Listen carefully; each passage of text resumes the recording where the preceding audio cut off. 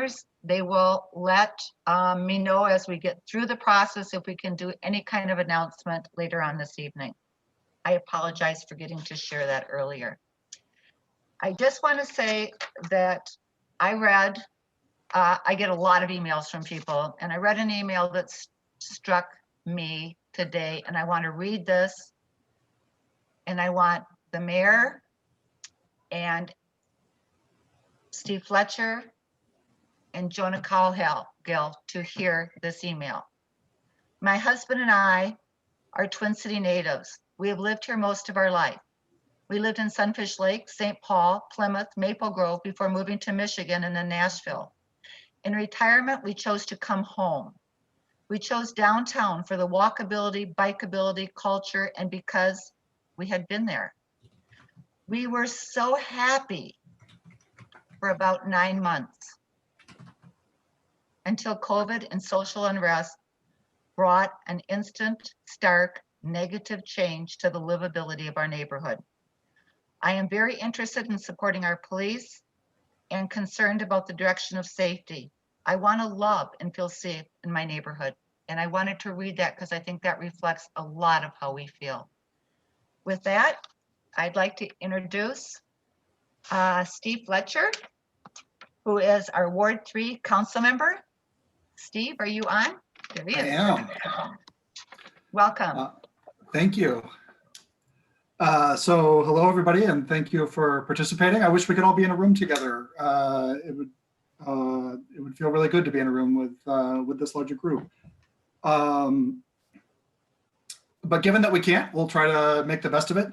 And I want to give a little bit of an update. I think a lot of people are thinking about public safety, so I'll give a very public safety focused kind of update as people ask, what is the city doing to really think about safety? And I think one of the first things is that we really want to think about how are we specifically looking at targeting violence in our community and really maintaining a very strong focus on responding to that. I think in the Star Tribune, there was a really great quote from a town hall I participated in over on the north side, where somebody said, even as we address the causes of police violence, we need to simultaneously be addressing the causes of community violence and make sure that we're moving forward with both with an equal level of passion and direction. And so a few things that I want to make sure that everybody's aware of. First of all, in the mid-year budget, we approved funding for the Minneapolis program, which is based on a model from the East Coast called Cure Violence. That's been very successful in other cities. And the mayor's included that in next year's budget too. So this is something that we're all really invested in and moving forward with. And we're really hoping to start to see results on that. It's only been out for a few weeks that they've really been in the field. At the same time, we're continuing to operate successful Office of Violence Prevention programs that have been working.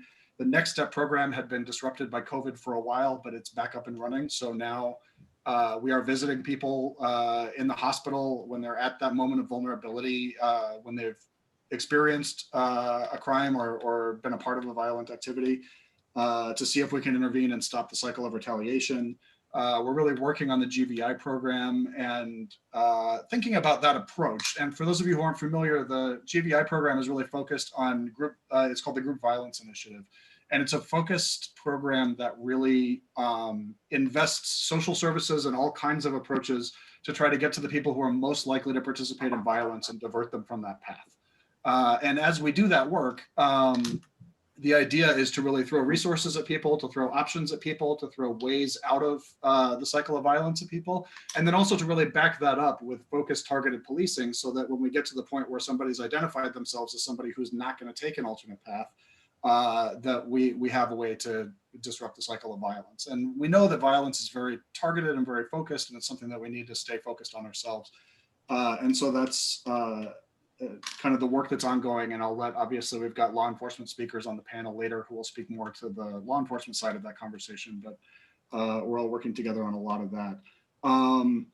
The other kinds of things, we know that there are things that contribute to safety that are important from other policy perspectives. I've been working on an ordinance around short-term rentals, which in the Mill District has been, many people have said, one of the sources of negative activity at times has been poorly managed short-term rental operations. And that ordinance, we have draft language in our hands now, finally. And we expect to have a public hearing on that on November 17th. You heard it here first. We're breaking that news at this meeting. So we're working on things large and small. Michaela Smith from my office is on the call, and she's been working really hard with Public Works to get the lights back on at Gold Medal Park, which I'm very happy are back on. We know that in general, it's a nuisance when lights don't work, but especially right now, as we're thinking about environmental design as a safety issue, we want to make sure that everything's working right, and we are happy that those things are working again. At the same time, we're continuing to focus on accountability and thinking about how to build trust in a system of public safety. So one of the things I've been working on is around data privacy and really thinking about how we can appropriately use technology as a part of our public safety approach. A part of that is that I am proposing that we ban facial recognition technology, and we had a good panel on that last week that I recommend everybody tune into and get involved in that issue. I think it's something that's really important to make sure that people can trust the technology we are using. And then finally, I would say the big thing that we're working on is the community engagement process that we talked about a lot early in the summer, and it frankly took a while to get off the ground. And I want to talk a little bit about why, because I think it's important. We're actually asking city staff to drive a process that is very complex and that has a lot of moving parts. And so if you're feeling left out of that process, please don't. It hasn't really started yet. It's something that is going to begin soon. And in fact, I don't want to step on the mayor's announcement, but I do want to thank the mayor's office for really collaborating with us. And we're moving forward together on a process that the mayor's office has helped us staff, which is really important. So we've identified the staff and the funding to really get that process off the ground in a robust way. And everybody should be looking for details on that in the meantime. So for the final thing that I'll say is that one aspect of engagement that I think is really important is that everybody be operating with the same set of facts and with the same access to information. And so we've launched, and everybody can check this out for themselves, Minneapolis Data Source, which I think is going to be an incredibly cool resource. It's a lot of public data distilled into dashboards that everybody can react to in real time, that I think we can really all benefit from, everybody getting a chance to look at really understanding what is happening in your neighborhood, what is happening around you, where are there issues, what kinds of issues are happening, and make sure that you've got really accurate information. So we've been working hard to get that out there. I think that's a key component of engagement, is for everybody to have access to that information. And I am excited that we have that. So I know there's more opportunity for conversation, but I will leave it there for now. Thanks, everybody. Thank you, Steve. I'm sure you're going to get questions, so hang around. We're holding all the questions until the three public officials get to speak. Minneapolis Park and Recreation Board, 4th District Commissioner Jonah Cogill. Jonah?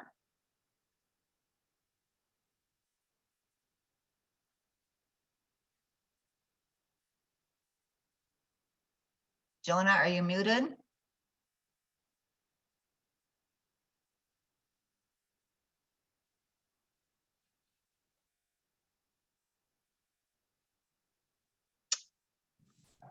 All right, can folks hear me now? Looks like Yes. I'm unable to unmute myself there. Hello, my name's Jono Cogill. I am the president of the Park Board and your 4th District Commissioner representative. Thank you so much, Pamela. Thank you, all members of the DMNA board for inviting me tonight. I'll keep this brief. I just want to give a few updates on where the Park Board's at on a couple of things. One, a project that's really near and dear to downtown, and I know that the DMNA has been closely involved with, which is the Waterworks project. Two, I want to talk about the budgeting process and associated with that, our own Park Board vision for public safety moving forward. And then I want to talk a little bit about trees. I know that was mentioned early on by you, Pamela, and I think it's really an important subject, especially for downtown, which is really in need of some additional tree investment and tree canopy restoration. And I know is a critical livability component and something that I've been working hard on during the time that I've been your representative. So to start out with, the Waterworks project, for those of you who might be curious, is still under construction, of course. Hopefully folks have been able to stop by and see some of the great progress that has been made down there over this summer months. COVID has slowed us somewhat, but construction continued. And we are looking at a build out during early next year. But we still probably won't see the sous chef getting into that site down by the Stone Arch Bridge until late in 2021. But it's a really exciting project. We've had some bumps in the road and really excited to get the sous chef down there and open that restaurant space, which is right by the Stone Arch Bridge and is really just going to be a dynamic spot. And I think very welcome opportunity once COVID is hopefully over. So I wanted to highlight that. The budget process is well underway for the park board right now. The superintendent at our last meeting last week presented his recommended budget for the 2021 year. Right now, commissioners and myself are looking over that budget and reviewing his proposals. We, as a park board, had a bit of a budget gap to fill. It wasn't as bad as we thought, but we had about a $3 million gap given some of the reductions that we've seen this year in terms of our revenue due to COVID, as well as just a lower levy amount, which I think was the right thing to do this year. So I'll be looking at that. I just want to highlight a few things that are in that budget that are really exciting. So our superintendent, Al Bangora, is really a visionary leader, especially when it comes to thinking about the future of recreation and the future of investing in our youth in Minneapolis. And I'm really proud to say that even though we had a pretty substantial budget gap this year, he is proposing no cuts to our investment in young people and recreation. And that is a critical thing and a critical service that the Minneapolis Park Board provides that we really weren't able to provide fully this year, right? A lot of our programs were canceled due to COVID. And from a public safety perspective, having those interactive programs for all ages is really critical, both in the summer, but throughout the year. Our Rec Plus programs, keeping kids involved and engaged in our public spaces is really important. The other really big kind of transformative investment that the superintendent is making is really rethinking our community outreach department and creating something called the Community Support Services Department, which will team with our street reach outreach team, as well as our park police to deliver a much more proactive, safety-oriented vision for connecting with community members in the parks.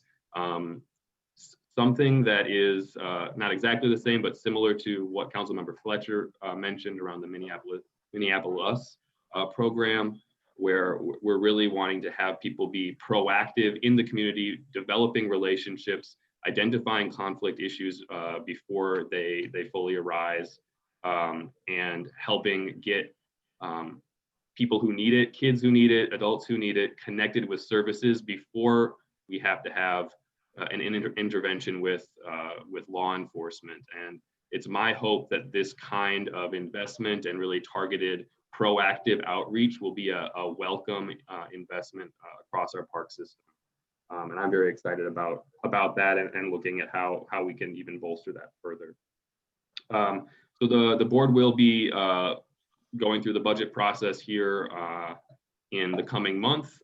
There will be public comment on the budget on November the 4th at our board meeting, and the review of the final budget will be going to the full board on November the 18th, with of course the budget being passed on December the 9th. So that's really my update there. The one last thing I want to talk about is trees. Trees are a critical component of every community, but especially downtown where we've had trouble getting trees really up and running. I've been working with both the Downtown Council and Green Minneapolis in coming up with strategies and an MOU to strengthen the park board's relationship with these entities that have been doing already a lot of work through the Greening Lab and other efforts downtown, so that we can really enhance the trees that are planted, so saving those and expanding the number of plantings. So as Pamela mentioned, you know, after a first year, there's just not capacity for our staff to do all the requisite pruning, but especially the watering of all of those trees. And we need to develop and expand our investment in that. And that's one thing that is also in our budget is money for a forestry outreach and coordinator who's going to be able to help coordinate those efforts with organizations like DMNA and the Downtown Council, et cetera, to really enhance that investment. And with that, I will cease. Thank you so much for the opportunity to speak. Thank you, Commissioner. And with that,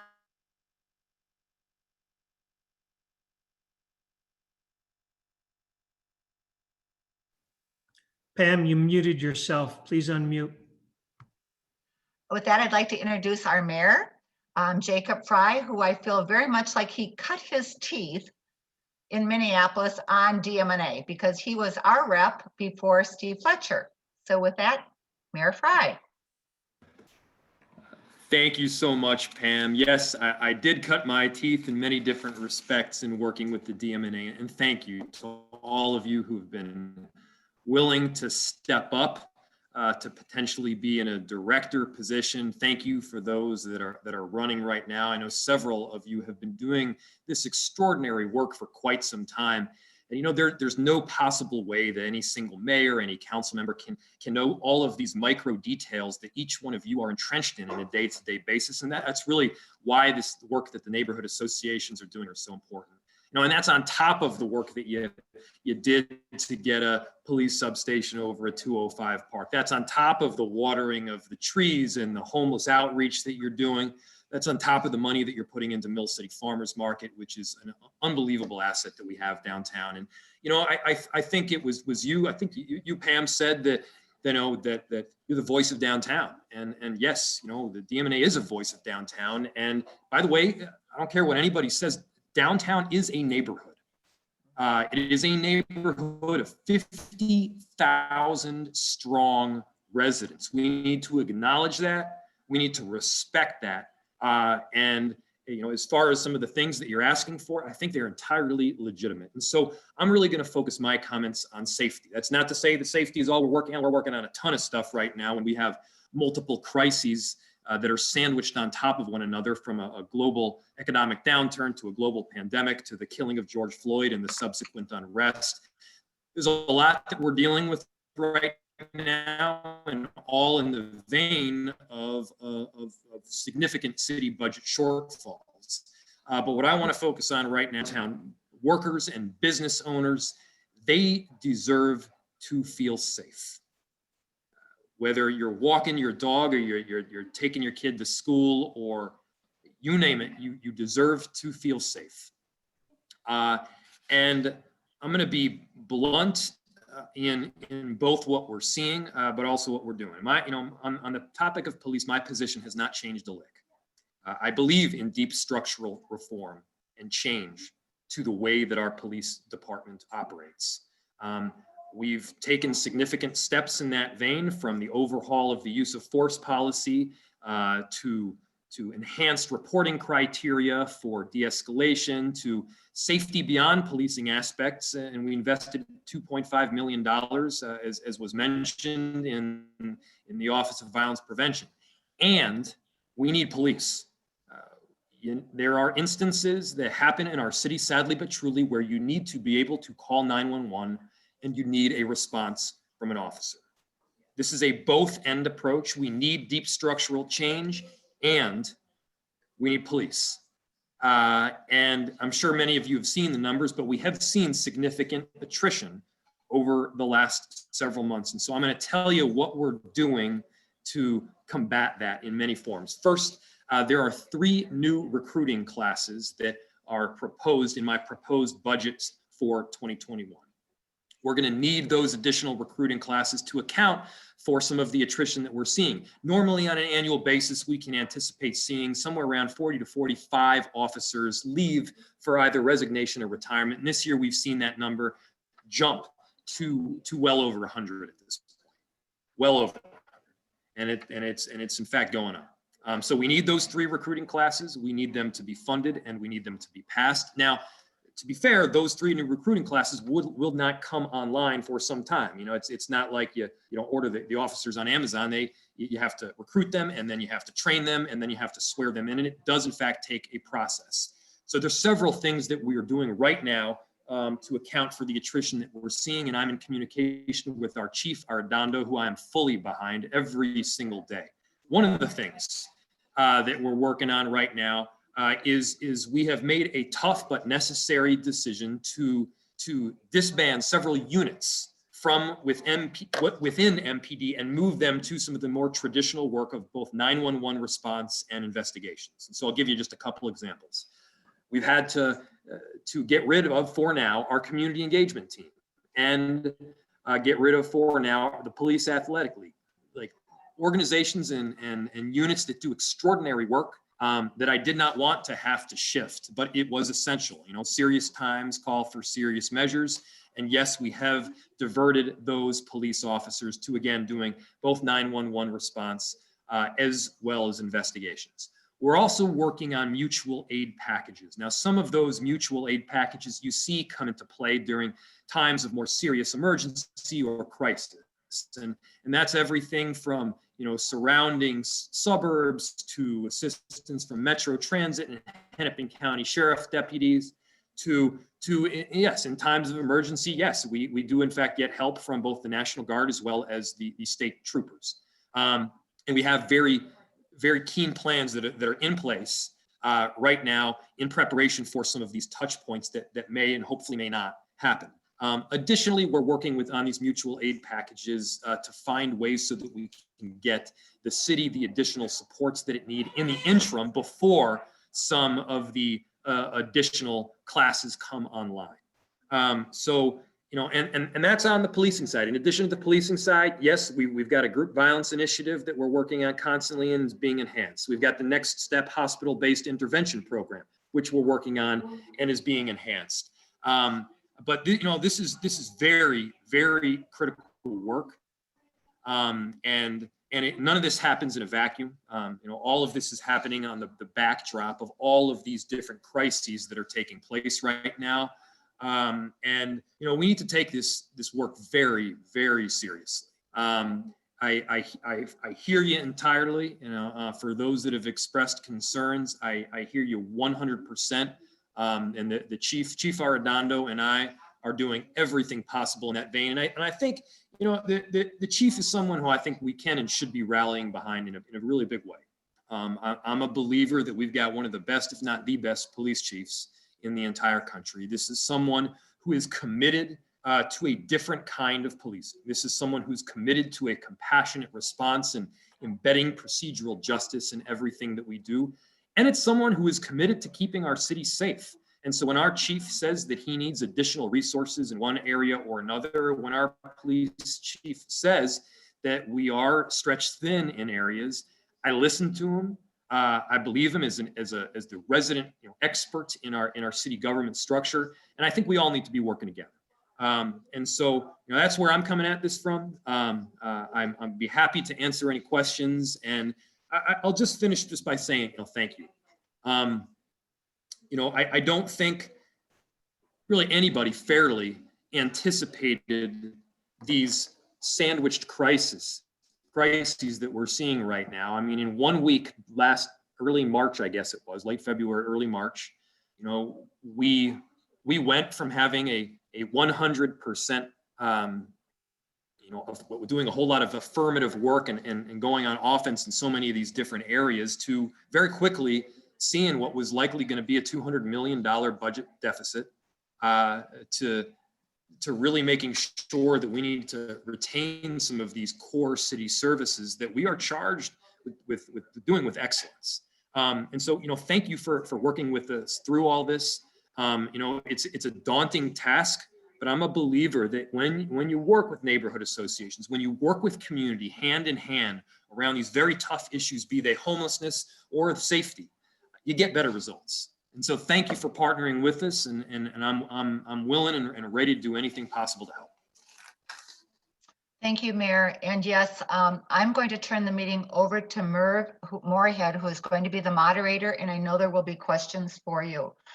I think I can speak for all of us, and that is that we do need a safer community, and it has changed, and it is scary sometimes walking in an area that used to feel really safe. And I know that you and the chief of police have our best interests at heart. It's just, I think, coupled with COVID, it's been a struggle.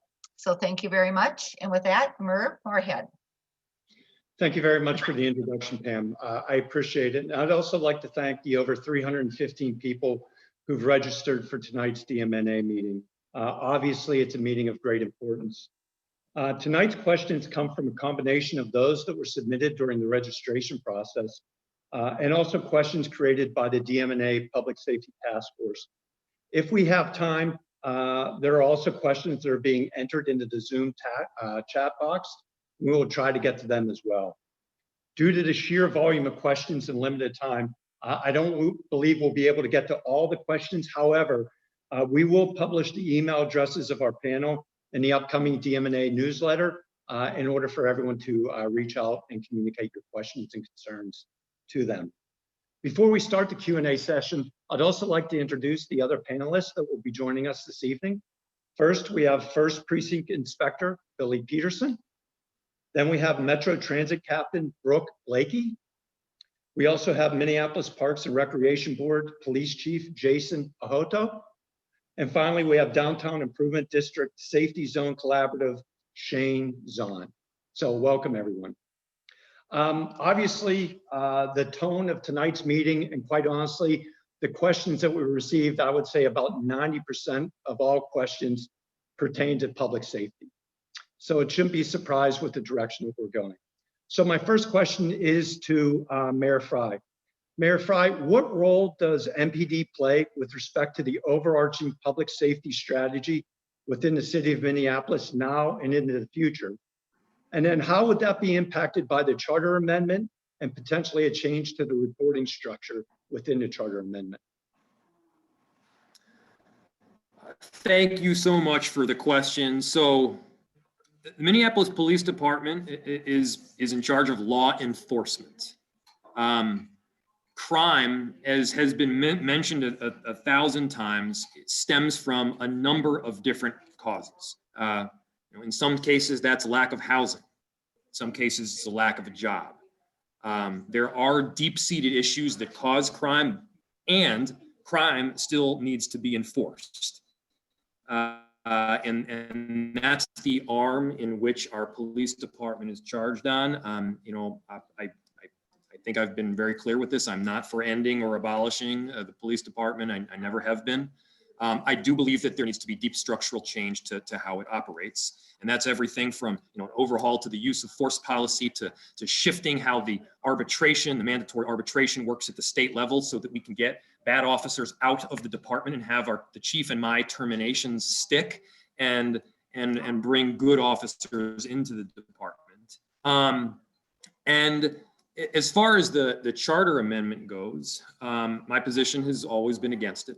Let me explain why. Under the proposed charter amendment that looks like, it's not on the ballot right now. It could potentially be on the ballot for next year. The head of public safety, be that the chief or whoever else would be under this new scenario, would have to report to 14 different people, 13 council members and the mayor. I believe that that's a big hit on accountability, because now when something goes wrong, it's very clear who you blame. You blame the chief and you blame me. With 14 different people, it would just be one big finger pointing contest, not to mention, as has been very clearly seen, you have 13 different council members, you have different positions. And by the way, those positions might change. Police need clarity of direction. they need clarity of some form of command structure. And no, I'm not for an amendment that changes the reporting structure in that form. And you know, there are other amendments that I certainly could be brought forward that would be palatable, that could work and function well. I don't want to comment on what they might be before hearing about them. But you know, pretty much every single major city in the country has a model where the police chief has that one, or the head of public safety has that one individual that they're reporting to, and almost always, and certainly the larger cities, it's the mayor. Okay, thank you, Mayor. Councilman Fletcher, I believe you may be on a different side than Mayor Fry. Could you please also answer the question, what role do you see MPD playing with respect to public safety? And then I'd like your thoughts on the charter amendment and the reporting structure. Sure, thank you. So, you know, look, I think there's a bunch of things that Mayor Fry and I agree on, and then you'll hear there's a couple of things that we don't. But, you know, the first thing I think is, for a long time, cities in general, and Minneapolis in particular, have fallen back on police as our default response for more and more things. As over a period of decades, a lot of responses to a lot of social issues have been defunded at the federal level or at the state level.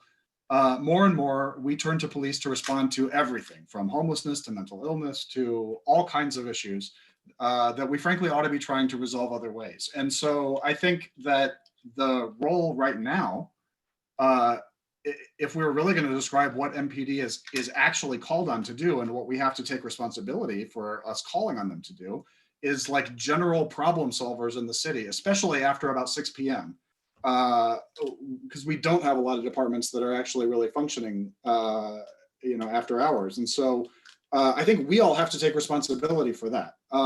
That if we are serious about saying we actually should be responding in a more compassionate way, in a more skilled way, in a more specialized way to a lot of the calls that are coming in around things like mental health and homelessness and addiction, then we should really be talking about changing who we dispatch and how. And so, you know, I think that there is a conversation to be had about the role of MPD, but I think narrowing it, I think getting them very focused on a law enforcement response where there is violent crime, where there is danger, and for us as a city to stop responding with armed officers with guns to social situations that's actually not really an appropriate or compassionate response. And so I think that there's a lot of different ways that we right now lean on police today that I don't think we should in the future. And I think that a lot of the work that we're talking about, whether you want to call that defund, I've certainly heard from a lot of people, even people who are on this call, that we want to frame that differently in terms of the investments that we want to make in more positive responses. I think that there are a lot of calls that we should be responding to with different resources. And I think that the proposed charter structure really reflects that. I think it reflects that law enforcement should be a piece of our response to issues that are happening in our city, but it should be a part of a bigger holistic response. And that when we talk about community safety, we're talking about more than law enforcement officers with guns. That law enforcement officers with guns are a piece of what we do, but they should only be a piece of it. And I think in the sort of future vision, that's where I'd like to see us go. Thank you very much. Mayor Fry talked a little bit earlier about an and approach. So it's policing and some of these social services. The concept of defunding or shifting dollars away from MPD and into other public safety investments that you talked about is something that you know, could potentially save money. But are we structured and is it possible for MPD to not be on those calls? Will the people that would go to the overdose calls or the domestic violence calls or the emotionally disturbed calls, are they able to do that on their own, or will police need to join them on those calls? So Is that question to me? Yeah. Okay. Thank you, Merv. It's an excellent question. So For instance, I am a big proponent of what is called our mental health co-responder program. That is a program that recognizes that police aren't always trained in some of these social service elements, and certainly not always trained as mental health workers. The issue that we experience is simply including a mental health worker doesn't necessarily negate the need for the police response, because the mental health co-workers, co-responders themselves have said that they, in most cases, will not go out without the police officer. Now, there are a number of different incidents that really don't require a police officer response. You know, a barking dog or a loud party, or some of these other areas. Even after the fact crime reports. No, you don't need a police response for that. And we've actually shifted resources around already at the city to, for instance, have crime reports happen virtually online to not necessitate an officer's presence on the spot. And I think that is a smart move in the right direction. We need to do that. That also gives officers more time to be doing the work that they really should be doing. But yes, as you stated, many of this additional work, especially as it gets to more tenuous situations. Domestic calls, you have no idea how those are going to go. They could be entirely safe. They could be very dangerous. Some of the mental health calls that we get, some of them, and many of them, are entirely safe. Some of them are not. And what's very difficult to determine or decipher is when the individual calls in on 911, what is the status of the situation? From a budgetary perspective, doesn't that put you in a more significant hole? Because the concept of defund or shifting funds takes away from one and gives to another. From what I'm hearing, it has to be both together. So does that create a more significant gap in funding? The honest answer is it depends. Of course, there are always trade-offs that we have to make. And those trade-offs become even more difficult when you're facing, massive budget shortfalls. And I do want to highlight this what we're experiencing right now. And I think downtown residents probably know this more than anyone. About 55% of our budget comes from non-property tax revenues. So about 45% of the budget from property taxes, around 55% comes from revenues like sales and entertainment tax. It comes from parking revenues. We even get utility fees, and so when you don't have our downtown, for instance, balloon by as much as 40 or 50% on a daily basis. I mean, normally on a weekday basis, you can expect our downtown to balloon. And these are people that go watch a Twins game and they go drink a beer after work and they wash their hands and pay utility fees on that. Those are massive revenues that we're no longer getting. And in some cases have been almost entirely zeroed out. And revenues that we're trying to account for best we can. And so it has caused us to have to make some very difficult decisions as we move forward. But my stance has remained consistent, which is especially during difficult times and times of crisis like this. There's two things that we need to do. One, you focus on these core city services. Safety is most definitely one of them. Making sure that you continue to get clean water, stuff like that. And then the second piece is making sure we're prioritizing those and helping those that are really struggling. And those kind of have to be the two, in my view, the core convictions that we're run by. Okay. Thank you very much. The discussion started moving into the direction of budgets. So Mayor Fry, you recently submitted your budget for 2021. And I'd like to know from you, as you look at your budget, what are the most important aspects of your budget that pertain to public safety? And will this budget ostensibly defund some of the police that we currently have? Thank you. So the budget for 2021 has a number of different facets to it. It'll be difficult for me to get into all of them. I'm going to focus as much as I can on the public safety specific. So first, it offers 3 new recruiting classes. Now, you may know there is a citywide hiring freeze right now.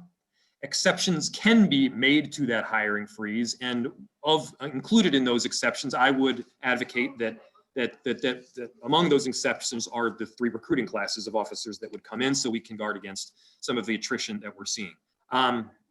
In addition to the 3 new recruiting classes, we've allocated $2.5 million on an ongoing basis to the Office of Violence Prevention to do this Minneapolis violence interrupters. Others have talked about it already, so I'm not going to get into that as much, but I do think it's a model that can be successful. It's a model that undoubtedly will need rejiggering as we determine what's working and what doesn't. And what it allows for is the community, individuals that have very deep connections with individuals that are gang involved or group or gang adjacent, to be able to quell some of these difficult situations and at times midstream, and hopefully before the violence even happens to begin with. So we're investing in that. We've got more ongoing funding for affordable housing, and specifically, we've devoted some of this CARES Act funding to our work with our homeless community. We have 3 new shelters that are hopefully coming online. One is focused on our American Indian and Indigenous community in South Minneapolis. We have, and that'll hopefully be coming online within a little over a month. We've got a second that we're working towards, haven't quite worked out the logistics on, but it would likely be a women's shelter on the north side. And then a third, where we're working with Catholic elder care, largely on sort of end of life care, especially for those that are experiencing homelessness in some form. And that's in addition to another plan that we've got going, which is an indoor community village plan. So now, I mentioned that important work on homelessness just because there is an intersectionality with safety as well. Yep, thank you very much. Councilman Fletcher, as you look at the budget that has been submitted, are there areas of support that you have within the budget, and are there areas of concern that you have with the budget? Absolutely. There are areas of support for sure. And I would say I really appreciated the collaboration that the mayor's office showed, and that the leadership that the mayor showed in getting Minneapolis included in this budget, and in picking up work that the 911 study group had started and suggested to shift reporting calls out of the 911 MPD queue, which I think is really important work. So there's a lot of points of agreement here. And then I think we've got some really tough choices ahead of us. I will say one thing that I disagree about, and I see some questions about it in the comments too, so I want to mention it, is that I do think that there are calls that you can do without law enforcement, and that I think there's a lot of really good models all over the country that we need to look at. And it's entirely possible that, people who are currently doing a job one way are going to tell you, no, I couldn't do it that other way. And we might need to build something a little different and pilot it and have a little more willingness to experiment. But we know that in Denver and in Oregon and in a lot of other places, they are leaving it to the mental health professionals themselves to make the assessment about whether they need support on a call or not. So they do a warm transfer from 911 to the professional who's going to be going on the call. And you can believe that if there's any reason for them to think that they need an escort, they're going to call for it because it's their own safety at stake. But what we're finding is that on 80% of the calls, they don't find that they need that kind of support. And it really does take a lot of workload off of the police departments in those cities. I think that's something that we can do. So there are options, I think, to take workload off in a way that changes the staffing conversation in some ways that I think are important. I also think that there are ways that we can, realign some of the community engagement portions of the work that MPD is doing with other parts of the enterprise. And I think there's opportunities to do that. I think we are left with a very tough decision moving forward. One of the challenges, and this is going to be something we've got to just debate and figure out, what we think moving forward, but we have a lot of exposure between the cost of PTSD claims, between the cost of officer complaints that all come with legal liability price tags, When we look at the financial exposure in the budget and thinking about how much cash do we need to have on hand and what can we commit and where do we need to maybe be making some deeper cuts to be a little more conservative about how we think about our exposure to some of those things. And that's just from incidents that have already occurred, right? We know that there's a trial coming up. People are already sort of asking, what might we be seeing there? So I do think we have to have some very difficult conversations about the 2021 budget in relationship to, legal liability and many of the just sort of known unknowns that are in front of us that particularly, during COVID, between looking at the uncertainty of COVID response and the way revenue is going to come back, and then the really significant liabilities that have been added to that side of the balance sheet. I think we do have some work to do on the budget there, and that's not, by the way, a critique of the mayor. A lot of these things, frankly, have come into focus since he had to write his budget, and these are things that we've all got to be talking about together. So I don't want that to be interpreted as like us not getting along or working together. I just think those are the conversations that we're going to have. Okay, thank you. Council Board Member Cowgill. We're once again facing a homeless crisis that's impacting our parks and transit system. There are a number of people here tonight through the questions that have come to me that are now, quite honestly, afraid to use these important features of the city. What actions are being taken in order to help both those in need, because we do recognize that with the homeless population, there is a need for help, but also the opportunity to increase safety. So what are the short and long-term plans from a Park and Recreation Board perspective? Sure, that's a great question, and thank you for that, Merv. So a couple of things. So this has been certainly a challenging year with a high number of homeless folks in the parks. The park board responded and was very fortunate to have the support of the city and county and the state in addressing some very large encampments, mainly at Powderhorn, but also in the downtown area, like at the Commons Park.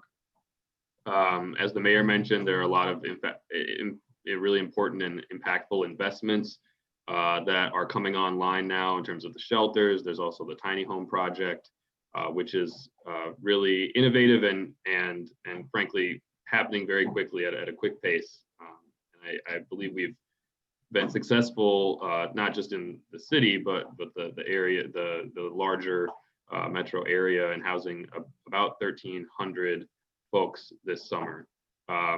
Right now, the park board still has 7 permitted encampments in the park system, and we are working with the folks that are at those sites to get them into shelter and other hotel spaces as quickly as possible. That's person by person work. It has included partnership with our community outreach department, with our park police, with much of the philanthropic community, with the city and the county, and our staff is in daily communication with other levels of government in doing that work, especially with the county. So that's the short term. In the longer term, I think that it's critical that we have quick intervention strategies to ensure that we don't have encampments that are long term. This has been a unique year. When the governor's order was instated in March, it did not allow for any encampments to be disbanded. And frankly, the park boards have to kind of thread that needle this summer, and certainly is not in a position next year or whenever the governor's order or authority during COVID is ended to do any additional direct support for the unhoused. We really need to work with our partners, and I'm very hopeful for how our approach is going to be kind of improved in coming years because of the connections that our staff has made this year. In the past, we've worked very closely with State Stevens, but we've gone far beyond that this year and really built some strong relationships that I think will serve us better in the future to quickly address the needs of folks that are unhoused and experiencing homelessness in our parks and get them connected with services before they become kind of established in park spaces. Thank you very much. Mayor Fry, I know you have to leave, and I think I have one more question for you before your departure. And by the way, thank you very much for joining us today. The need for police reform as we think about the city of Minneapolis and having it being the safest city for all, universally supports obviously changes to the MPD and how we can improve their overall performance. As you look at police reform right now, what concrete action steps can you take right now? And what are some of those steps that you look at taking in the future? Thank you for the question. So I divide the buckets into, I think, sort of 3 areas, at least in the way I think about it. The first is on policy changes and reforms. And in the area of policy changes, we've overhauled our use of force policy. And in some ways, as the changes of state law allowed us to go further than we had before. We've enhanced the reporting criteria around de-escalation. So now we don't want de-escalation to be an afterthought. We want it to be the very first thing that officers think about when they enter a situation that is difficult or tenuous. The first thing they should be thinking about is de-escalation. So now the reporting structure, I mean, literally reporting and writing down what happened and why it happened. Why did you use this particular technique? Why did you use an arm bar or a takedown, or why did you handcuff the person? Why did you do that? And what were the efforts to de-escalate to begin with? That's all kind of, we're keeping track of all of it. We're additionally adding things like an early intervention system, which allows us to, with data and with technology, track the behavior of officers so we can help weed out some of these problematic individuals before things go wrong, and we can better coach.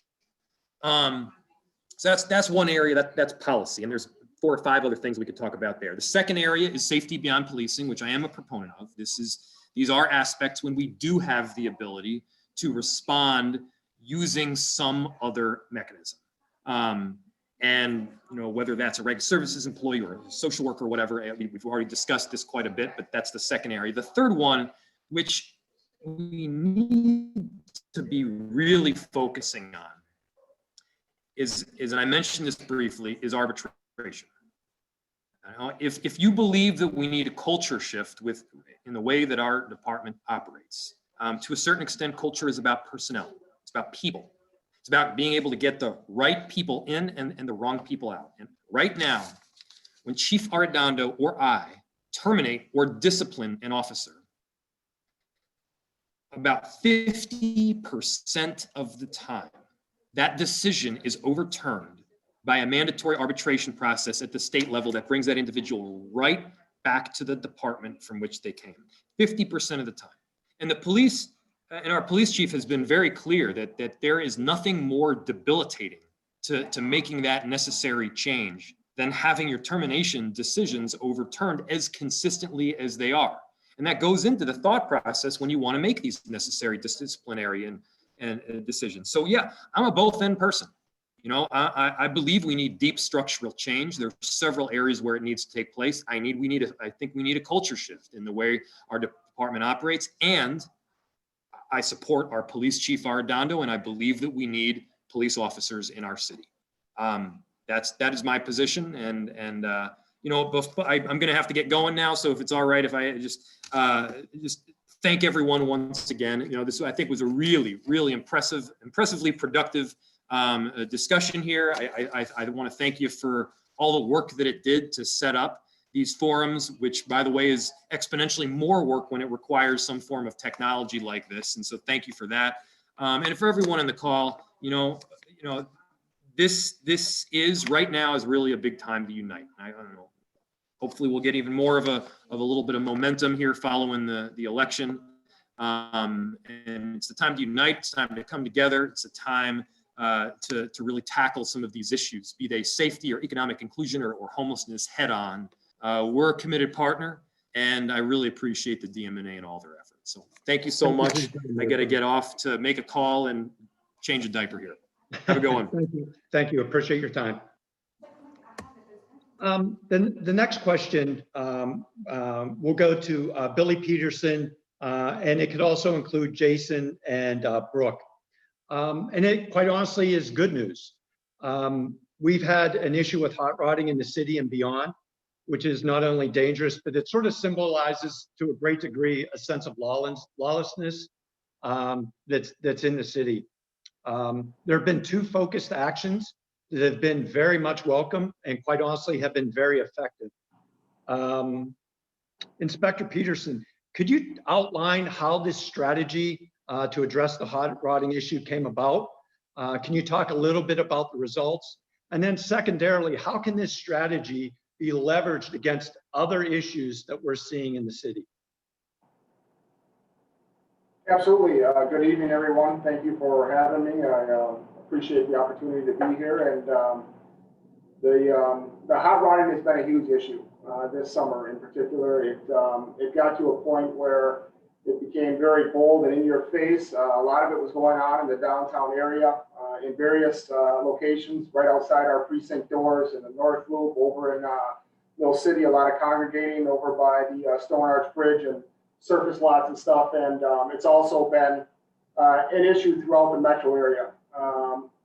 We had been struggling all summer long to try to figure out different ways to deal with it, because these groups, they're almost like a flash mob. They're communicating through social media sources. They pop up, name a location, come in by the hundreds, outnumbered us. And we were having, a lot of challenges in dealing with it, disrupting it, making any sort of arrests. We've had officers assaulted with water, bottles being thrown at them, rocks, commercial grade fireworks. We've had, some of our vehicles, windshields busted out of them and things of that nature. So it got to a point, I think the last one that occurred, the one that really got to me was the one that occurred right outside of our precinct. That made headlines. It was all over social media. And we were unable to interrupt that one at that time. A couple weeks ago, there was an incident up in the North Loop. Then we were able to get them out of the North Loop, and they ended up down in the Franklin Cedar area. Again, a lot of rocks and bottles thrown at our cops, busted up one of our supervisor squads. So myself and Sheriff Hutchinson convened on the Monday after that incident in the North Loop occurred, and then it went down into our 3rd precinct.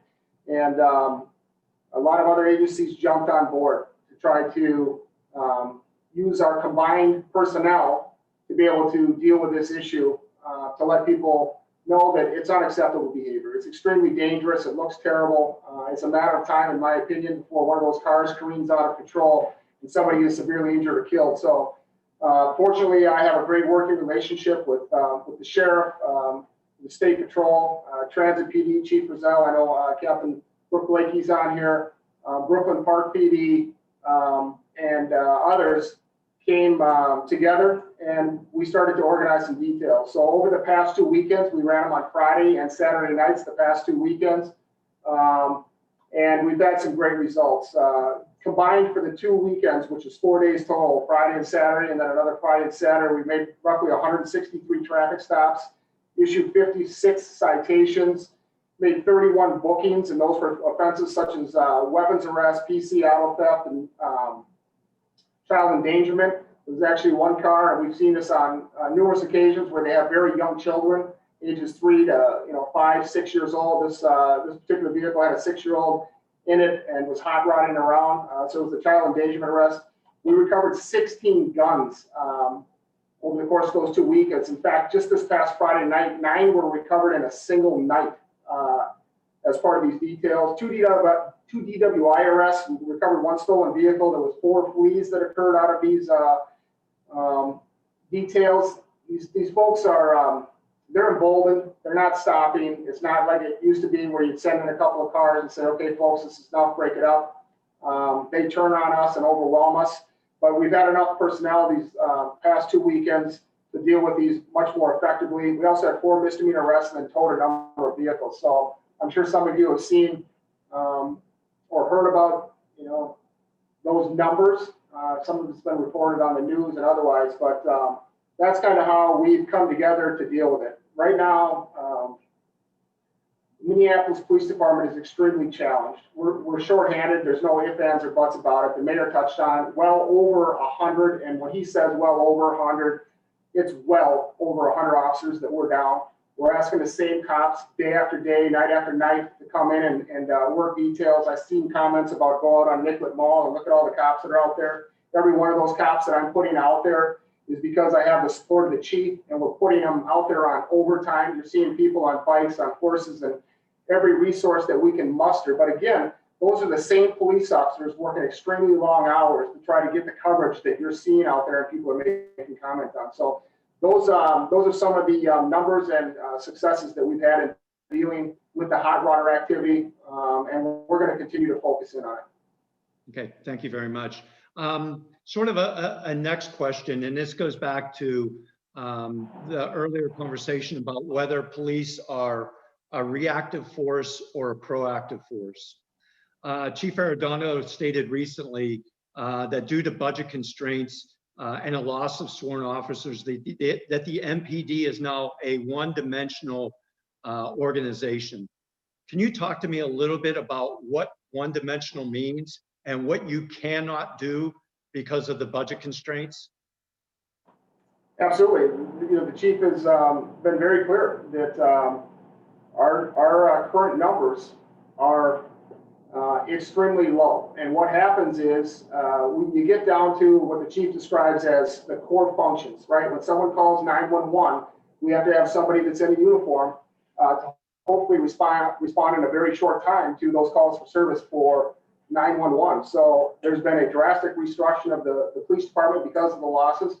And many of the personnel that we had in proactive type units have been put back in a uniform just so they can respond to 911 calls. So when it says proactive versus reactive, it means people are calling 911 and we're doing our best to just get to these 911 calls versus having personnel in places where they can do proactive enforcement, like the details that I just talked about, the hot water details. What we've done is, again, used other mutual aid agreements, other agencies, and this is not a long-term solution. We're just fortunate in downtown that, again, we have great working relationships with the Sheriff's Department, State Patrol, and other agencies, Transit PD, that are coming in to help to bolster those numbers so that we can be proactive and go out and try to disrupt and or make arrests and or issue citations for the activity that you're talking about for hot water. But it doesn't just pertain to hot water activity. It's crimes of violence. We're seeing a ton of guns out there. Year to date, we've recovered 137 guns in the first precinct. And a lot of that is through proactive enforcement from a proactive unit, which is my community response team. I try to keep that team very robust. And I know I was getting pictures sent to me tonight. They were still out there recovering, but out of that 137, it's 61 more guns year to date. Last year at the same time, we had 76 guns. So that proactive activity pertains to a large number of livability crimes, violent crime, and issues like the hot rodding. Thank you very much, and we very much appreciate the support in working on the hot rodding and along with other issues. Chief Ahoto and actually Captain Blakey, Metro transit stations and train stops in Minneapolis have become, to a certain degree, pain points for public safety issues. And some of the folks that have communicated to me that have registered are saying that they're really not willing to use public transportation at this point in time because of quite honestly, the fear of the activity that's taken place both on the trains and in the stations. Could you talk to us a little bit about some of the action plans that you may have in place to address that? And also, how are you working with MPD in a collaborative effort to sort of tamp down some of these issues? Good evening, and thank you for allowing me to be present this evening. One of the biggest things that Metro Transit Police Department is working on is the collaborative efforts with our livability teams. And so we're currently working with Mad Dads, DID, Mother's Love, Just Love, a lot of the community organizations to have that first level response from community before we have police involvement, which is one of the big things that have been touched on a lot about, does it require a police response? The other things that we have that require police response are our TRUE team, which is our transit response unit that really deals with those livability crimes that you're discussing, that you're seeing occurring at our different transit facilities and platforms. And so we have plainclothes officers that are working those details, as well as uniformed officers that are part of our train and our bus details that we have. We also have the homeless action team that's working with our unsheltered individuals and connecting them with actual meaningful housing components. Because what we learned is we can shuffle them around, but we're just passing the problem back and forth to each other. So if we don't have a place for the individuals to go, then all we're doing is shifting the problem from one into another. So what we've worked with is work with our HRA, our Housing Redevelopment Authority, to secure HUD funding programs to make sure that people are actually housed. So it generally starts with getting individuals into daytime shelters that are throughout the city. So we're making sure that people are getting to places where they feel comfortable, where they can get the assistance that they need, and understand that everybody's not necessarily ready for housing at that moment. So we have to meet them where they are to get them eligible and ready to become members of our housing society. And so sometimes those are hospitals, sometimes those are wet houses. There's lots of different things that we're working with. So we're working with our community members to make sure that we're advocating for people where they are. We're also upping our citations for fare evasion. Again, a lot of things come into play when we're talking about law enforcement is that we can't arrest our way out of this issue. We already know that. So we have to work in coordination with our city and county entities to make sure that we are getting individuals the help that they need, but also the consequences for some of the behaviors. I think that's the biggest thing that we have to address, is that there are some behaviors that are not tolerated. We are definitely continuing our work with MPD as well as DID in collaborative efforts. We were a part of the hot rodding details. We've done some other things with their homeless initiatives along with ours, with our navigators, our outreach communities, all of those things. So we're really taking a full holistic approach with MTPD. We just had a new academy. We're the only police department in the state that actually had an academy. So we have 15 new officers that were sworn last week and are out on their FTO. These officers were picked with great skill sets. We are the most diverse police department in the state of Minnesota right now, with about 47% women, people of color, second language, all of those things. And so we're really trying to reflect the community that we serve. We're fully aware that downtown needs a lot of love right now. It's in a state of turmoil, and we recognize that. So we're trying to put our resources where they will be most beneficial. Thank you very much. I appreciate that. One of the things, and this will go to Council Member Fletcher, there are obviously some concerns with the direction of Minneapolis and the impact to our national reputation due to some of the recent events. Chicago, which has had some issues on their own, has recently brought in a new chief marketing officer to work with local businesses to improve Chicago's brand and lure visitors and businesses back to the city. As someone mentioned earlier, the net income from businesses and activity within the city creates a lot of tax, a significant tax base. Is there any thought, or are there any actions being taken by city council or anyone within the city to look at plans to sort of revitalize or promote Minneapolis moving forward? Absolutely. So, I think one of the things that we've been talking a lot about is that we are going to have to do a really coordinated effort when it's safe to bring people back. We're going to have to get people back in the habit of coming downtown and of being together. And we're going to have to make it really fun and really vibrant and really lively and really safe. And we have to make sure that all those things happen, in a really coordinated way. And so we've been already talking about what are the things that we can do in terms of investments we can make along the way. We have the Hennepin Avenue project that obviously we're trying to speed up and make sure that as people are coming back, we've taken advantage of the slower time to get as much construction done as possible, and we can really invite people back. What's the new art we can create? What's the new experience that we can create to draw people back in? And then obviously, as much as possible, we are trying to work with businesses to help them function as best they can to make sure that they're there, because we know that obviously the restaurants and clubs and everything is what makes the place special. And so we need those places to be there. And so we've got to get through COVID. We've got to keep each other safe and healthy, in the short term. But then absolutely, we're going to be working together with Meet Minneapolis, with our partners in tourism, and I think with a whole community effort that I hope DMNA will be a big part of.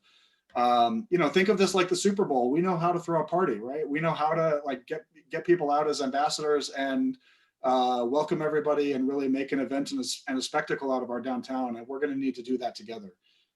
So yeah, there's a lot of conversation starting, and I think there's a lot of room right now for creative ideas and to really make that a really terrific experience that we all kind of look back on and remember.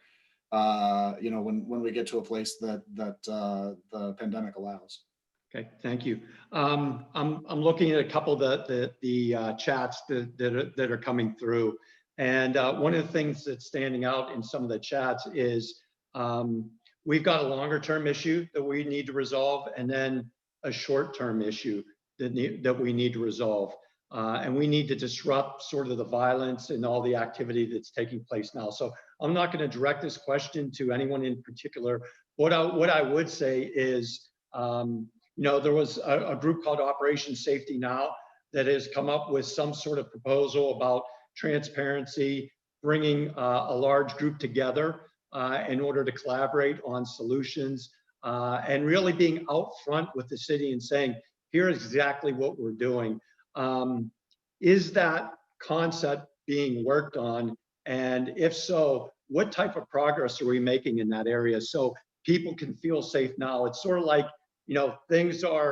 people are anxious now. We need to stop this now before we could get on to some of the bigger things. So I'll put that out to the group. I'm happy to answer unless someone else on the panel wanted to jump in. I think let's have you. Sure. Okay. And then, I'll ask a couple of the officers that we have. Yeah, so I'll say there's a component of what that Operation Safety Now group asked for that I think is probably not as practical. And I think, as the mayor said, it is very it's not necessarily great strategy to hire up part-time law enforcement from other agencies or to do a kind of surge law enforcement force. But I do think that idea of a surge community force, and I would say this is what I heard also at the Guns Down, Love Up town hall that got covered in the Strib on Thursday as well, is that I think really thinking about how do we focus all of our resources, knowing that the way violence organizes itself is in a pretty concentrated way, right? That what we see downtown actually tends to be kind of the spillover in some ways, or venturing out of some activity that's really happening in some concentrated, not even just neighborhoods, but with some concentrated groups of people who are active in violence where most people are not. And so it's very important, I think, that we focus a lot of resources in the places where we can make the most intervention and really undercut violence before it happens as much as we can. So Councilmember Cunningham made a staff direction to actually sort of shift resources from the North Side Green Zone to kind of say this is an all hands on deck moment. I think we really took the spirit of the call to really kind of create a surge of attention and a surge of focus. That this is an all hands on deck moment to really coordinate all the resources we can think of from the county, from philanthropy, from the city, from the state, to get everybody in offering ways out of violence, and then also to really coordinate with MPD and with the sheriffs on the people who are rejecting the ways out, making sure that there are consequences for that too, that if you're gonna stay and commit violence, that needs to get disrupted as well. And so I think, that sort of spirit of focus and that kind of spirit of a real surge of not only policing, but even more of community response to bring a lot of resources to bear to solve the problem a lot of different ways is something that we take very seriously.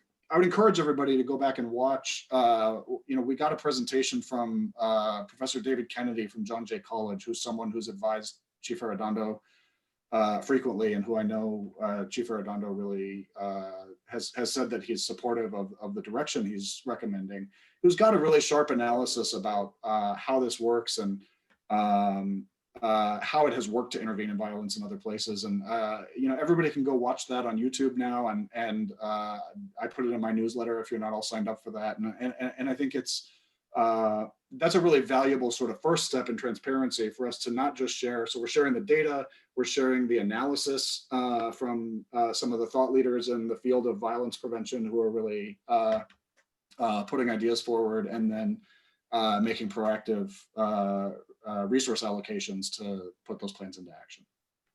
Okay, thank you very much. Is there any other panelists who would like to address the question? Sure.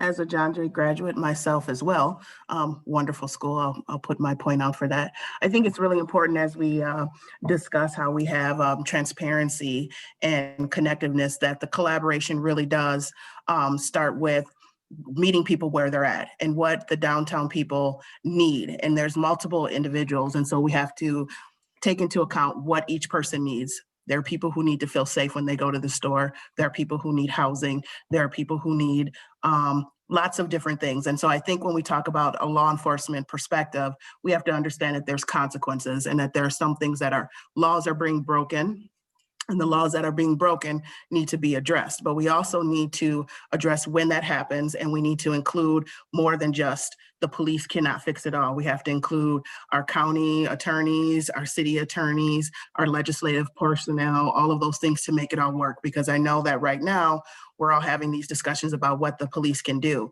But I was reading some of the chats and they're saying, were the people released? What was the penalty once we arrested those? Where did the guns go? All of those things. So I think we have to look at all the different levels and where we can put our input and our impact to make sure that we're making an effort to keep downtown safe. And defunding police and moving money around, we're all playing the money game. And so I think we need to invest in not only education, and when you invest in education, you're educating the next set of police officers, you're educating the next set of social workers. And so how do we get a community approach? And I think using those livability folks that we have out there to help maintain our message, I think is a very great process. So I think there's lots of things, and the violence interrupters and educators and policing, they need to work together. I mean, I think that's what has been very beneficial with our HAT teams and our DID collaborations, is that we are working together, and it gives credibility and transparency back to the police department.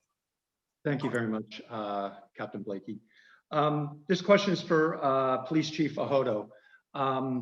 There's been a lot of talk about the community, what the community can do. As you look at downtown Minneapolis, what are some of the ways that the community itself can help increase the safety of all of us in Minneapolis? Thank you for the question, and I'm going to hone in on parks because that's the area that I'm responsible for. One of the issues that became evident when the stay-at-home order was issued by Governor Walz is that a vital part of crime prevention within parks is the volume and amount of activity that we see. The more frequently parks are used, they're activated, people are engaged, the less crime and disorder we experience. And what we saw in spring as a result of the stay-at-home order and of many restrictions due to COVID around programming, events, and activities in parks is that our parks were empty except for people who didn't want to appropriately use them at times.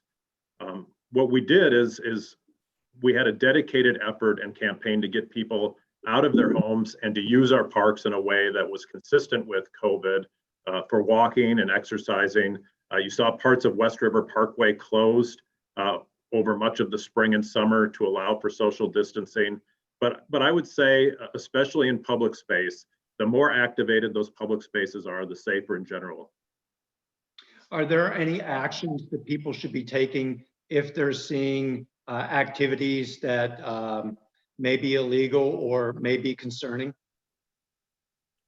Absolutely. I mean, I think this is the consistent and universal message of every law enforcement official here is that we need people to be engaged in their neighborhoods and pay attention to what's going on. We need people to report suspicious and illegal activity to the police. Sometimes people don't want to call the police because they don't think that the activity that they're witnessing rises to the level of importance for a police officer response. That may be correct, but let our dispatchers prioritize it. Let our officers use their judgment and understand that that call for service also gets analyzed as a result of a bigger picture when we're looking at trends and patterns. So yeah, we absolutely want people to report suspicious activity and illegal activity downtown. That's, within our park system, we have 180 parks across the city of Minneapolis. They are the centers of our neighborhoods. They are everyone's backyard. They are the places we send our children for athletics, for programs, for preschool and after school care. And I've got 33 police officers to police those 180 parks 18 hours a day. I cannot effectively do my job without stakeholders, residents, and neighbors collaborating with us, helping us, telling us what their crime and safety issues are, and being our eyes and ears across the park system. Okay, thank you very much. This is a very localized question, and it pertains to the Mill District. So are there, and this would go to either Councilman Fletcher or to Inspector Peterson. Please address if there are any plans for a beat cop to be placed in the Mill District neighborhood, similar to one that's already in the Northeast neighborhood. And I believe we also have a substation that's there. If there isn't a plan, what are the steps that the community boards can take to help put this into action? Yeah, I'll jump in. Certainly, I'll answer that. I would love to have beat cops to be able to put over there. Frankly, I don't have them. I would love to be able to put beat cops, in the North Loop area, and I haven't had them. The new substation that was brought up over earlier off of Park was staffed with someone from our homeless outreach team in Sergeant O'Connor. He left the department, is now a commander for Cloquet Police Department. So it's currently not being staffed the way I would like to staff it. The reorganization of the police department has caused us to lose beats across the city. It's just how it is. Next year, the entire department has gone to a 3-shift for each precinct. There's going to be a day watch shift, a middle watch shift, and a dog watch shift. Just getting down to that core shifts that we need to respond to 911, because that is where we are at personnel-wise. I have beat officers that I've historically, since being downtown, have had along Nicollet Mall. I won't have that shift of beat officers next year. The numbers are just not there. So to answer your question, is we will continue to do the absolute best that we can with the cops that we have, with the personnel that I have. But until we get a ton more bodies, it's going to be difficult to put beat officers in neighborhoods like you're requesting. Thank you. One quick question for you, and it's a little bit tactical. There was the mention earlier of 3 different classes that are going to be coming online. I think we've had a lot of discussion today about the short-term issue that we're facing. How long does it take to recruit a class and have that class go from day 1 until they're active on the street? Either Inspector Peterson or Councilman Fletcher. Yeah, I'll jump in on that. I had the honor and privilege of serving as the lieutenant that was in charge of not only the academy, but the field training program, our CIT training program, and some other assignments while I was up there in the training division. And to answer your question, it takes a long time. If we put out application today for people to apply, by the time we get those applications back, who's going to move on to the next steps. We talk about psychological testing, medical testing, PT testing, backgrounds, things of that nature. That alone is about a year-long process. And then they start the academy. Depending on how they are hired, there's a few different avenues for us to bring people on board. We bring people on board through our CSO program. We bring people on board through what we call a cadet program. And then we bring people on board who are recruits. And depending on which pathway they're coming on, it takes a considerable amount of time. So if we were to put out an application today, to open up for people to apply, for us to get those people through all of that background, the different training that we've got to do, not only in the academy, but then in the FTO program, is just under 2 years. It takes a long time. So suffice it to say, that's not the short-term answer. I would say not, no. Okay. Right, and I think that's important for people to understand that we are looking at a range of interventions, and that part of the reason that we're doing that is that we need to look realistically at what we can do right now. Mhm. I've seen some comments, and we've received some comment previously, but seen some comments in the chat about hiring temporary part-time officers. And I know that when I've spoken with the chief previously, he's really opposed to doing that. I think it's really potentially dangerous. We take on a lot of liability when we have officers out wearing our uniform, and having people who we didn't train and weren't necessarily a part of our program is even scarier. I think the chief's theory of change is around training and recruiting and getting the right people. And so we can't snap our fingers and get a lot more officers. That's just not something that can happen. So I think, the partnership that we've seen from the sheriff and from other units of government, which by the way is totally appropriate, because a huge amount of this crime that we see come downtown actually comes from all over the metro. And so having the county's law enforcement involved in the solution, makes a lot of sense. But it is worth noting that, we funded Minneapolis in July, and it was, activated by October. And that's a pace that we just cannot do with policing, whatever your position is on what the eventual staffing level should be. It's not going to be back at 888 at any time in 2021, with the full mayor's proposed budget or not. Thank you for the clarity, Steve. I appreciate it. I am up against the clock, but I do have one last question. And Shane, you've been a real trooper in sticking with us and not having anything come your way. So I don't want you to think like your time is wasted. So Shane, could you talk to us a little bit about what role the DID plays with respect to public safety downtown? And do you see this role expanding in the future?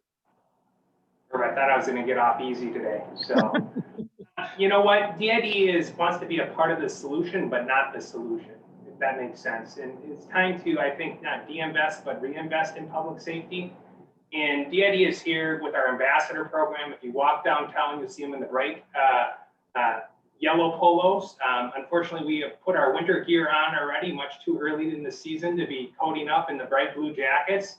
But we have 50 ambassadors that are out downtown. And I want to be clear, this is business-led and business-funded. We're 120 square blocks. We cover one block past Washington, up to Target Field, up to US Bank Stadium, and up to about Grant Street. So we have both a clean and a safe ambassadors.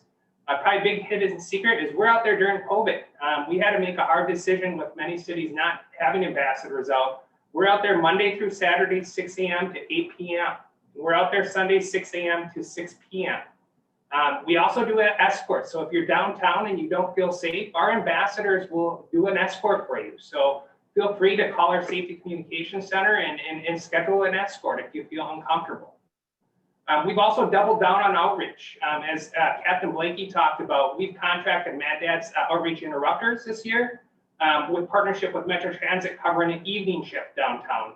When we say double down, we're talking Monday through Friday from 11 a.m. to 11 p.m. DID is contracted with YouthLink this summer peer-to-peer street outreach on homeless engagement for having youth that have experienced or lived homelessness, really trying to get them off the streets. We also contracted with Youth Coordinating Board this summer on youth engagement. DID is invested in a livability team. We are not social workers, but boy, if we do see somebody, we'll be trying to build trust to connect them to social workers that can. We also hired a social impact manager. I'm in public safety, but I have a lot to learn, so does DID, on public health and behavioral health. And we want to really try to learn more and partner together. And our other biggest hidden secret that we have downtown is our security teams. We have over 60 buildings that are on our radio link channel with our Safety Communication Center. They say for every one police officer that's out there, there's 15 private sector security folks out there. We're on a common radio link channel with many of the buildings downtown, not just with law enforcement, but we need law enforcement at the table too. As we talk and partner with our ambassador teams, we're in this together, all hands on deck. It's been a tough year for all of us, including our ambassadors. So I really appreciate all the support, both Metro Transit, Hennepin County Sheriff's Department, NPD, the city has done, you have done. We're here, and we're here to try to make some change. We're gonna be here through this winter. We're gonna be here next year. We're thinking of ways of doing things differently. I'm gonna post our number for our Safety Communication Center. Please program that. And we're old school. Don't text us, because like my kids, they won't make a phone call anymore. We actually pick up the phone and you will talk to our dispatcher, non-emergency. So, you know, if you have family or friends, or you are downtown, obviously you live downtown, feel free to call us, even if you don't know what's open. I mean, I work downtown, we have been, and it's been, even to navigate what's open, where to eat, or what skyways are open. Call us, we'll let you know. You don't have to figure that out. So really take advantage of our DID services that are out there. So that's all I have. I appreciate your partnership, and look forward to trying to get on the road to a higher ground for public safety, and making, really trying to get this in the rearview mirror and try to look forward for how we can make some improvements. Boy, Shane, I'd like now you're making me feel bad that I didn't call on you earlier. Thank you very much for all the information. Inspector Peterson? For 1 second, I've seen all the positive comments about DID, and for those of you who don't know, Shane is housed right out of the 1st precinct. We are constantly sprinting back and forth to each other's offices. They are an invaluable partner in helping us with any number of issues. When it comes to the outreach, working with Mad Dads, Sasha Cotton, the Office of Violence Prevention, safety ambassadors, and there's a whole host of other things that are done daily that people don't see necessarily.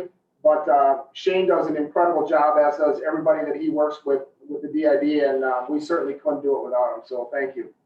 And if you get bored, Mackey's working tonight, so just call him and say hi and see what's open tonight. He'll pick up the phone. So he's there, and we'll get back to normal operations. We're 6 a.m. to 8 p.m., but we're usually up. Our Safety Communication Center is open to 11 p.m. So even though we take our ambassadors off the street, we have somebody in the Safety Communication Center to 11 p.m. And on Fridays and Saturdays, we're here to 4 a.m. too. So just so you know, you have that call number. You can call anytime. We'll be here. Thank you, Shane. That's terrific information. Once again, I want to thank all the panelists. I really appreciate, and I'm sure everyone on the phone appreciate your thoughts, your insights, and all the hard work that you're doing to try and make Minneapolis the safest city in the country. So thank you very much, and I'll hand things back over to Pam. Thank you, Merv. It was a very good town hall meeting. We got a chance to hear a little bit from everybody, and I thank all of the people that participated and all the people that logged in to listen. Because they're running late,